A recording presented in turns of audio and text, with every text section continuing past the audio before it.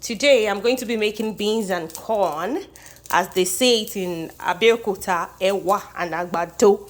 So living abroad, you find out that a lot of things are very difficult to find. But I have come to find a few things that help me when I want to make my beans and corn. And people have attested to, my cooking in some ways. So I have here my beans. This is like 2 cups of Derica. What I do usually do is I start by parboiling my beans. The beans you'll find in most of the African stores, they're like, they say they have been picked, but I tend to pick my own beans because, I don't trust people that much, I would say. I don't trust how much they do it, so I do it myself, okay? So the one thing I hate most is finding stone in my beans. So I want to be sure that I am not going to do that.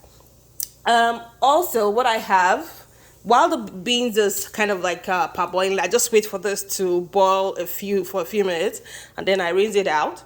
So every other ingredient you need is I have here my salt, my nut cubes, and 2 Scotch pepper, because I don't want it to be too peppery.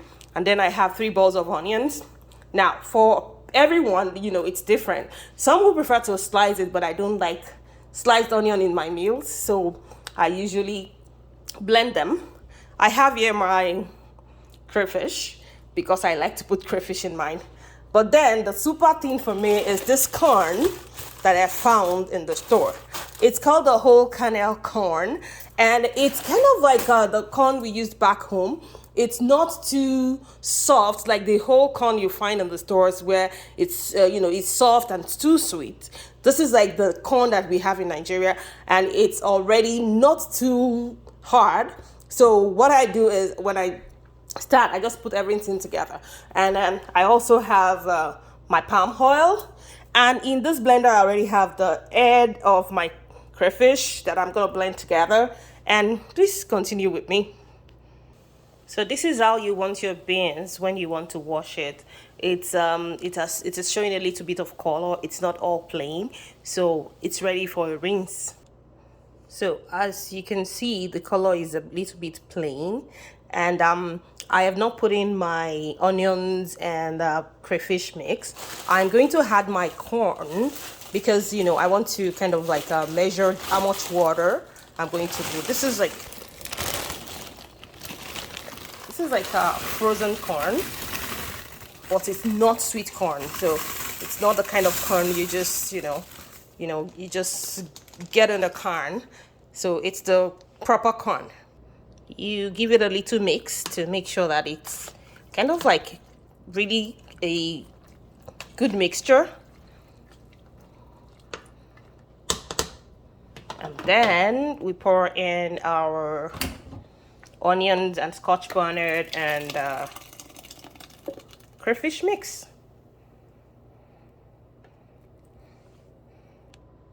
I had salt to taste, my not chicken cubes, my crayfish,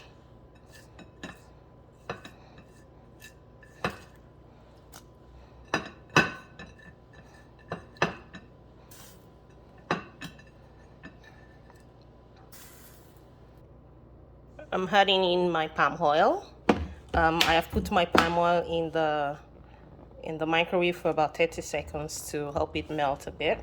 So according to your taste, I would say some would like to use vegetable oil, but I prefer to use the good old palm oil. Now I give it a final mix.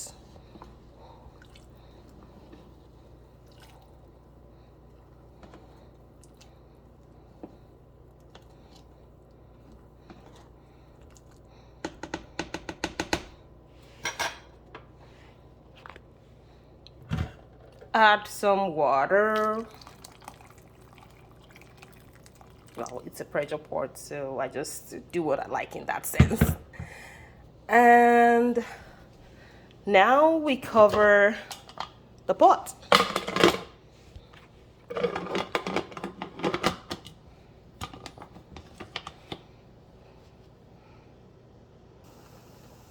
So it's been 45 minutes or thereabout, and our beans should be ready by now. So we're gonna open the pressure pot.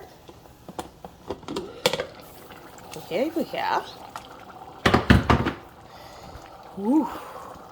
We have here beans and corn.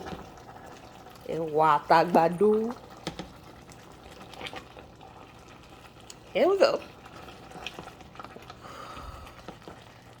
As you can see, we still have a fully formed corn and a fully formed beans, and the onions for me helps give it a very good taste.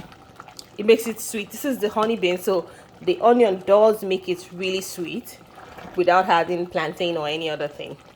So basically this is it. Now I can have my lunch.